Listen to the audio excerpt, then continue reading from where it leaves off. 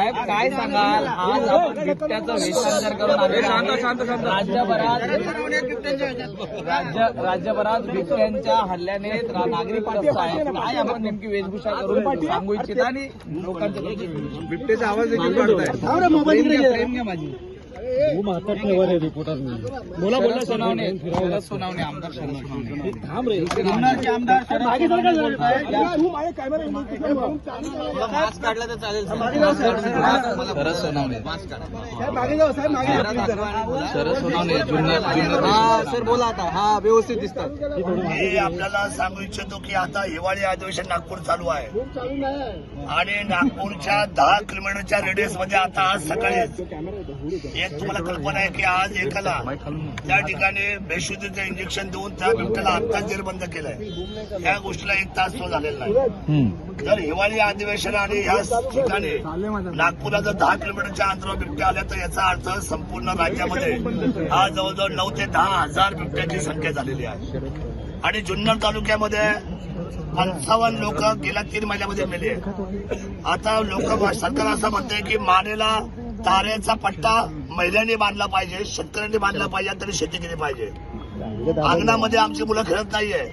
अंगणाच्या बाजूने सगळे सौर ऊर्जेचं कंपाऊंड लावून, करंटचं कंपाऊंड लावून आम्ही आतमध्ये आलेलो आहे. आमची मुलं मला आता रस्त्यावर नाही, अंगणामध्ये नाही, शाळेमध्ये जात नाही. मला असं वाटतं की या अनेक उपाययोजना करण्यापेक्षा मी कालही बोललोय आदरणीय वनमंत्र्यांना आणि सरकारला की हात जोडून विनंती करतो, 3 महिन्याच्या आतमध्ये आपण 2000 बिबटे राहतील असे रेस्क्यू सेंटर बनवा. 1000 मध्ये मादी, 1000च्या पिंजऱ्यामध्ये मादी आणि 1000 मध्ये नर, जेणेकरून नसबंदीचा पण विषय मिटेल. आणि वाईल्ड लाईफ वाल्यांनी सांगितलेलं की आम्ही या सगळ्या लोकांना सांभाळण्याचे तुम्हाला आम्ही पैसे देतो, त्यांची तजवीज आम्ही करू, त्यांचं हॉस्पिटल आम्ही बांधू. तातडीने शासनाने हे अधिवेशन संपायच्या अगोदर कुठल्याही परिस्थितीमध्ये 2 रेस्क्यू सेंटर, एक जुन्नर तालुक्यामध्ये आणि एक अहिल्यानगरमध्ये बनवावं, जेणेकरून हे आता इथून पुढे बिबटे हे तुम्हाला ट्रॅप करून त्याला बेशुद्ध करून त्याची आपल्याला एक आपण काय होतं त्याला ब्लू स्टार ऑपरेशन, आपल्याला अतिशय मायक्रो ऑपरेशन करावं लागेल आणि ह्या लोकांना उचलून तुम्हाला जेरबंद करावं लागेल, त्यांना तिथे बसून खायला घाला. आज तुम्ही म्हणता की शेळ्या सोडणार, शेळ्या सोडून होणार नाही. त्या शेळ्या मुळात हे लोक जंगलातच राहत नाही. ही लोक जी राहतात ही सर्व राहतात उसाच्या आणि आमच्या घराजवळ, जंगलाचा प्रश्नच राहत नाहीये.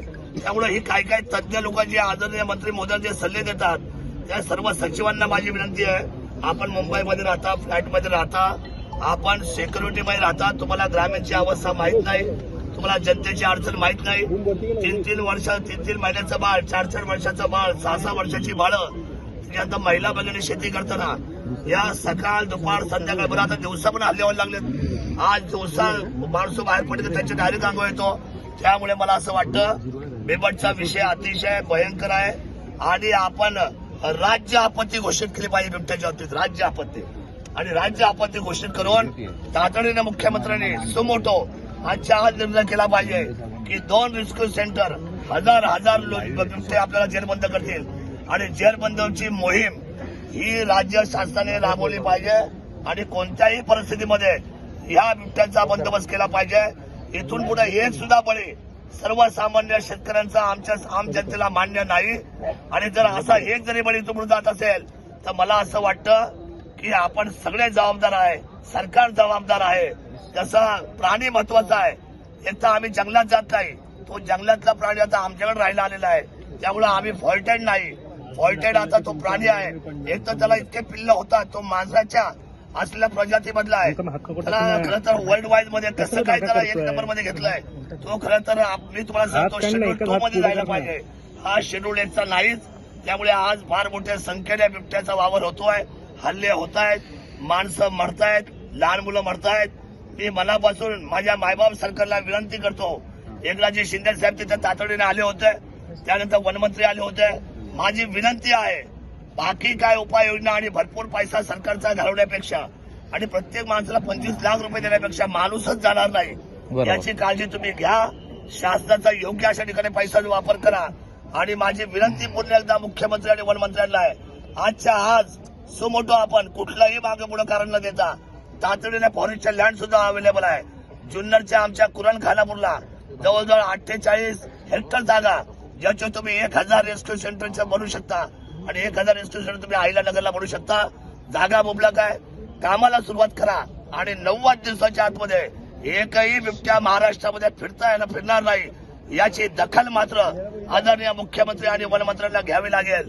ही आग्रहाची विनंती आपल्या सर्व चॅनलच्या माध्यमातून माझ्या पत्रकार बांधवांना मी धन्यवाद देतो.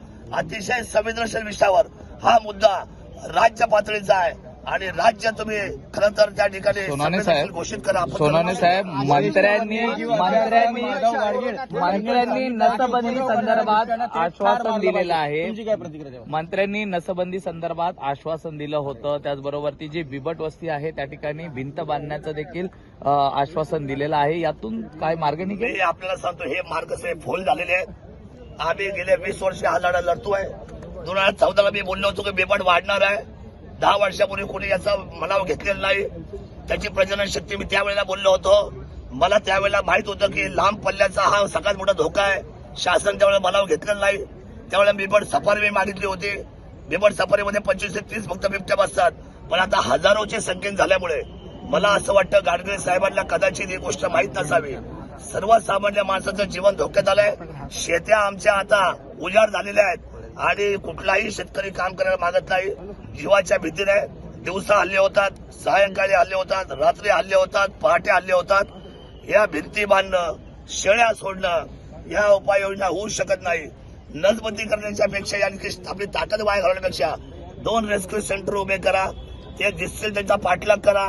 त्यांना बंदुकीची ती गोळी कोणती बेशुद्ध करण्याची इंजेक्शन मारा आणि त्यांना तातडीने तुम्ही उचला आणि सर्वांना जेरबंद करा.